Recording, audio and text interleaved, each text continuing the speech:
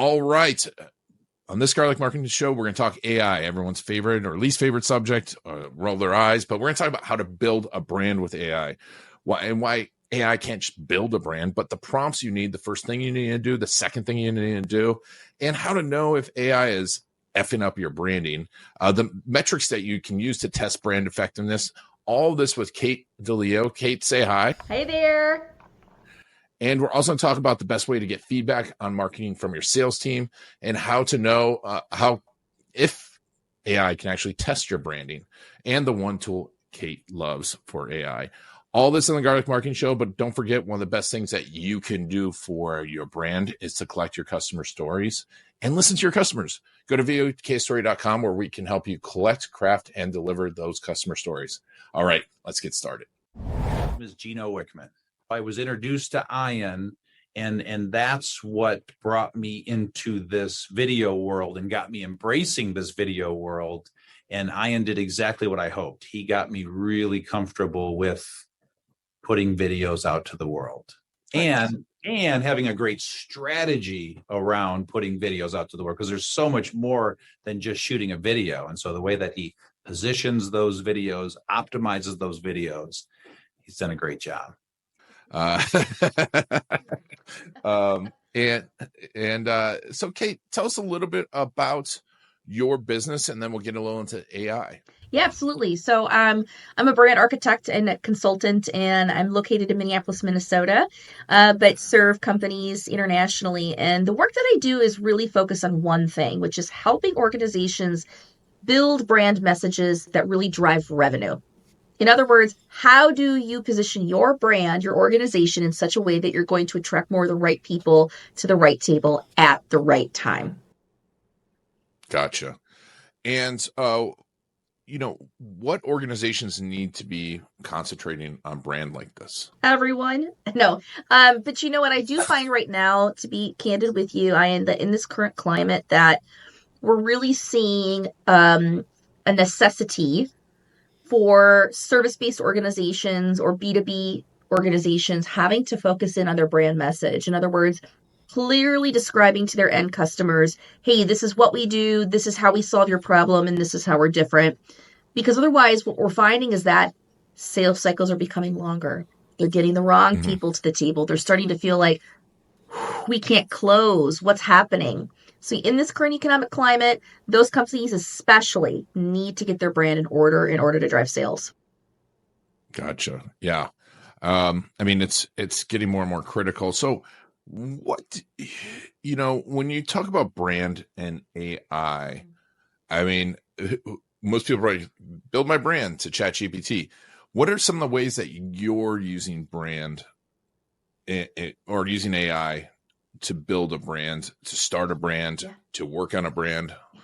So let's talk about that, because I do think that we understand that AI is here to stay. And especially as marketers and leaders, we recognize that AI is now always going to be a part of the dynamic of what we have going on, and how, especially as it relates to content creation and content marketing. Now, when we think about brand, I want to kind of talk about that at a high level, by the way, first, which is that when I'm talking about brand today, I'm not talking about colors. I'm really talking about the promise of who we say we are as an organization, what we deliver, and really the value that people can expect to experience with our organization. So in other words, it's the message that's really creating the, oh my gosh, you get me moment with your prospects and customers, right? So if we think about it from that lens, what does AI mean as it relates to our brands, and how do they work? I think one of the most important things to remember is that with AI, your outputs are only as good as your inputs. Right? So we know this. We know this with how you're building prompts and how you're training AI now for your organizations. And there's so much sophistication around that. But at a bare bones level, what I want people to recognize is that AI on its own cannot just simply go kaboom, I've built you a brand.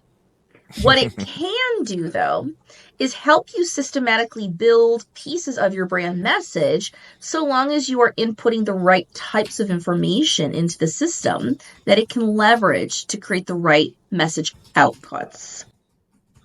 Gotcha. So where do you get started prompt-wise? What's the first thing you should ask of your AI when, say, building a new brand?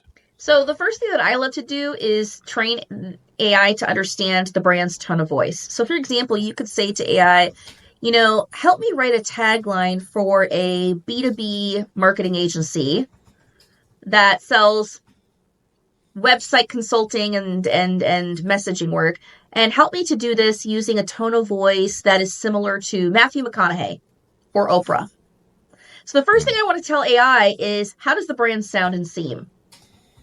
That's the first thing, because what AI needs to understand is the tone of voice, the personality of the language that it's going to give you.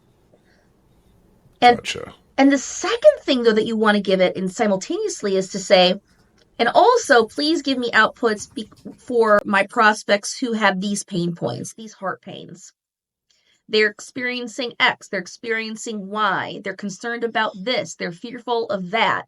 So by giving AI a list of what I consider to be buyer criteria for your ideal target audiences, along with a strong tone of voice, you're giving AI enough to be dangerous to start to create compelling outputs such as taglines or value proposition statements, etc. Gotcha. And you're starting to put this in. How do you know when you put it in that you're going in the right direction with the AI? What are some, because I know, it can look good, especially to the untrained eye, but a lot of times I see stuff and I'm like, oh, that's AI and that's horrible. Whereas people are like, this is great. And I'm like, no, that's not good. I can tell right away it's AI. How do when you get the results, what should you hold it against to go, this is good or not? It's a really big question. Let me unpack that in a few layers. I think the first thing that we want to think about is the language that AI is giving you, is it all about you or is it about your end customer? So great brands at the core are all about your customer. It's not about you. Yep. It really creates the connection point, the conversation moment where somebody reads that and goes, you're speaking to me directly. Now, how that shows up in language, by the way, is, because I've got a linguist background, is understanding that we're not using we and our language right away in a brand. At the tip top of your content hierarchy, before you start talking about maybe your products and services, your features and benefits, if somebody were to first experience your brand, they need it to be in language that's speaking directly to them. So great AI outputs should be saying, do this, so you get that. Speaking as if you were directly talking to the customer versus saying, we provide these products and services for these people so they get this outcome. Do you notice how that's very passive language? It's like this thing over here for that group over there so they get that thing over there. And that's very common of AI. So you've got to be sharp by prompting AI to say, please write these in call to action statements. Please write these as if you were to speaking directly to the end customer.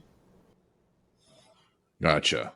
And that's great. So from a mechanic standpoint, is this stuff that you're doing on a regular basis? Are you building out these prompts? In my work as a consultant, not as often as you would think. And that part of that is because of the nature of the work that I do, because I'm in the room doing the wordsmithing, the writing together. In other words, someone would probably engage me if they didn't want to engage AI to do the work. Yeah. However, here's where the handoff happens. What I find is that the handoff happens when you work with somebody like myself to build what we call a brand architecture, your core messaging, tagline, value proposition statement, differentiators. And then you go, gosh, you know what? I need to find a copywriter that can support me to build up blogs and white papers and social post content and that next layer down of detail. This is where often I'm handing off with a copywriter who might actually be leveraging AI to quickly and succinctly pull concepts together that they can then tailor and wordsmith for the client. Gotcha. Yeah, no, it's amazing. It's such a powerful tool. And when you're inputting this stuff and you've got the brand and, are you doing any brand testing, like whether it's you or the AI? How are you testing that messaging to make sure, hey, this is good, we're in the right path? Because I know testing's everything, right? And we've all been in those marketing meetings where it's a bunch of people going, this is our brand and this is our messaging, and it's just it's so diluted and so way off. Yeah. So the rule of thumb is there's some different metrics that I would always encourage, especially if you're in B2B services or your service-based organization, that you can look at tracking. Now, there's tons of digital metrics that if you're directly selling to the consumer, especially online, I think we know that there's a lot that you can track through analytics, right? But let's talk about B2B for a second. So I would say the number one things that we want to track for a solid 60 to 90 days as you get your message out into the world. You've got to give it time, by the way. Are things such as sales cycle time, level of qualified prospect coming to the table. Are they more or less qualified than before?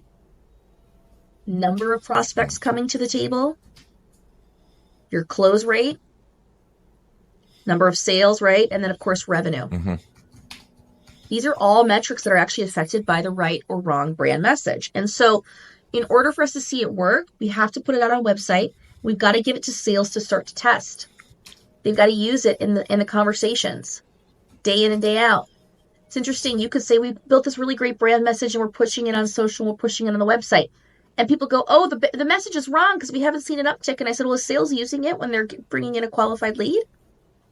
Are they speaking to that same message or are they still using the old scripts? One of the biggest things you've got to do is recognize that your brand has got to be in the hands of both sales and marketing to actually get qualified data to understand if this is resonating or not. Nice. And so how are you evaluating because salespeople would do what they want to do. And I was in sales for a long time. Yeah. And me too. And I know a lot of salespeople that they'd be at the meeting going, yeah, sure, I'll do that. And then they'd leave and like, no, that's BS. So how do you make sure that sales takes this new branding, this messaging, and is actually using it and using it in the right way? So you know what? I came up with a simple way to do this because I've been that salesperson. And listen, one of the things that I love about great sales professionals is that they have mastered the art and science of the dialogue with a prospect or a customer, right? They understand how to flex, how to pull people into the conversation. And I would never, as a brand professional, recommend that we try to hamstring a sales professional, that they're supposed to go off some crazy script that doesn't make any sense and doesn't feel real and doesn't feel natural. That's a terrible idea. However, what I want to think about is how do you give your sales professional the talking points? So what I often will do is give them prompts of simple bullet points that they, on a piece of paper or in an email, says in your next sales call, when they ask what you do, you respond with this, which is your tagline. And if they ask, well, how can you solve my problem? You respond with a value proposition statement that we wrote. When they ask, how are you different and better than the competition? You'll hit on the differentiator statements, then move into features and benefits. So just by giving them those few bullets in that order of operations, it allows them to hit on those same points in the same orders if somebody read it on the website or saw it in social, etc. It's just giving them a bit of a formula to hit on naturally. Nice. Yeah, it's interesting because I just did an episode with Nick Luisi from who's one of the best sales trainers out there, and we were talking about the importance of getting the branding out there and making sure that people are doing that. And we talked about their sales systems. Now, how are you getting the feedback from the sales people? Because that's, they're on the front lines. Yeah. They can read the people. How are you getting the feedback that this stuff's working or not? So the best thing that I can tell sales and marketing to do is to get on a bi-weekly 15-minute huddle. No joke. Nice. 15 minutes on a call every other week. Some of my clients do it weekly. But what they're doing in that 15 minutes is they're talking about, hey, here's the message we deployed this week on social with this promotional offer. Here's what we pushed out. And then they talk about the method. We did it on email. We did it on social. We did it on whatever. And then what are the metrics? Message, the method of the delivery, and then the metrics. And this is where it starts to get really interesting because marketing will go, it's interesting when we sent that email, we saw a higher open rate and click-through rate. And sales might then, they can ask sales, did you get any qualified leads coming from that you felt like were resonating with that message? When we put that out, did people mention the email? So starting to just anecdotally talk about, here's the activity we did this week. Sales goes, well, it's interesting because here's the activity we did this week. And there's a ping pong that happens. It's very apparent what the pattern is. And if they saw that activity A with message A or message B worked or didn't. And sales needs to have that kind of input with marketing. And quite frankly, marketing has got to be pulling sales into that conversation. Gotcha. And so, at what point are you like, man, we screwed this up. Let's scratch this, start over. Or do you give it some time? How does that work? Yeah. So you're really getting at, what are the bad metrics? That's the stuff that we don't, how do we know to spot failure? How do we know when to spot, like, we've got to pivot, right? So the symptoms are things like our sales cycle still sucks and it's been 60 to 90 days. Or it's getting longer. Gotcha. Or we're getting worse leads into the pipeline. Like, we're getting on calls with people that, oh my Lord, they're totally wrong for us. Or you start to notice that there's confusion that people are getting on the call and they're still asking the question, so wait, what do you do? Wait, what? I thought you did something different. Or, that's so funny. So when you start to hear that stuff, right? We've all been there as a salesperson, by the way, or as a marketer. Those are the things that start to signal what we are saying to the marketplace, which is supposed to be, as a brand, this is what we do, this is how we solve your problem, and this is how we're different. Something's off. Something is not creating the, oh my gosh, you get me moment. And because of that, we're not resonating with our ideal buyers in such a way where they are self-selecting or opting in or converting and wanting to come to the table and take the next step. Gotcha. That makes complete sense. And I think that's a good range, right? 90 days, because I know some people, like, they do the rebrand and they're like, well, a year later, it's kind of working, right? No. And then, or on the flip side, they want to change it 2 weeks in. You're like, whoa, give it a little time. Yeah. No, that's so true. Are you using AI at all to test the branding, to test this messaging like we're talking about? Or I'm just curious. So it's interesting. I would actually input the brand messaging that we built and say, what brand does this sound like? Mm-hmm. Or we would ask different prompts about, does this messaging address the needs of such? So the problem with that is there's no real clear way at this point to test with AI if it's spot on or not. AI, again, if you go back to the core of what we are currently leveraging it for, is not always to tell us if it's good or bad, but AI is really to give us the output that we then need to go test through our current marketing and tech stacks, right? And watch the analytics. As of now, I'm not seeing a clear path, and I'd be open to clear paths of how we leverage AI to test out our theory. Gotcha. Yeah. No, I mean, it makes sense. It seems like sales is probably the best way because human on human interaction. Yeah. And I think everyone wants marketing to get rid of that human on human interaction, but that's where marketing's massively improved. And I think, and that shows the advantage right now. Everyone's like, AI is getting rid of all marketing jobs. I'm like, Is it really? But AI is an amplification tool. So speaking of tools, everyone likes, the latest widget, the latest AI tool. What are the AI tools that you're actually using right now, and how are you using them? I have a tool that I love, and it's not really AI based fully, but I'm going to tell you the tool that I love as a writer. It's called Quillbot. And what's fascinating about Quillbot is it allows you to essentially come up with different variations of words, paraphrasing, etc. And so it's as if it's giving you other types of language outputs that you could use. Here's the thing when you're writing, right? So at the end of the day, when I'm a writer, when you're building content, most marketers are not trained writers unless we've really taken the time to learn this. And definitely in sales, a lot of us feel like, ooh, that feels tedious to me. Yeah, it is, because it's like flexing a muscle. It's a learned skill. So what Quillbot allows you to do is, whether you're writing an email as a sales professional or you are a marketer, it allows you to type in one way of saying it and getting a different paraphrase. It's kind of like a thesaurus on steroids. And I find it's really beneficial for you to say, oh my gosh, I love the way that sounds. That's way more how we would say something. So it's going to give you messaging, Ian, that's like much more in line with the authenticity of your brand. Gotcha. Gotcha. Yeah. No, that's fantastic. And any other cool AI tools that you're using in the branding? Are you using anything for like design? Are you using stuff like Canva when you're doing branding, or are you sticking to the traditional design stuff? Well, for me, I'm not a designer. I mean, if you ask me for a logo, I'd give you a stick figure. So nobody ever wants me to do their brand and their colors visually. I'll tell you that. But I do have friends that are in the visual world, and I have actually seen a lot of them predominantly still being more old school in terms of how they are going through their creative design process. But then they might use AI to generate outputs after creating the logo and the colors and some of the core brand components to more quickly and efficiently create sales assets or different things of that nature, where it's the translation of the brand into various assets where AI can become really powerful. Very cool. Very cool. Awesome. So tell me a little bit about working with you. Sure. So, I mentioned this before. So outside, I'm a consultant, meaning I work one-on-one in a project-based setting with companies.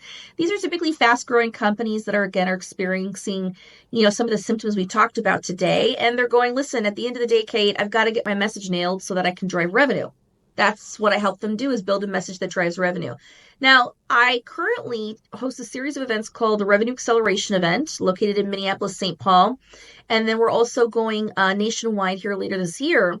And these are 2.5-day events pulling in 10 companies at a time, where I'm going to directly help you build your brand message, as well as create updated sales assets and even update your website copy and turn around so you can start selling. So that's the nature of how people can work with me, one-on-one or through the revenue acceleration events. Gotcha. Awesome. So we'll put a link to the revenue acceleration events in the show notes. And Kate, where do you spend most of your time on social media? You can find me on LinkedIn. That's the number one place you can follow me, is on LinkedIn. And then I am on Instagram as well, here and there. Awesome. So we'll put a link to all that in the show notes. Well, Kate, thank you so much for being on the Garlic Marketing Show. This has been fun talking about AI and branding. Yeah, thank you so much for having me. It's been great. Awesome. And thank you all for taking Kate and I on your journey. It's been Iron Garlic and the Garlic Marketing Show.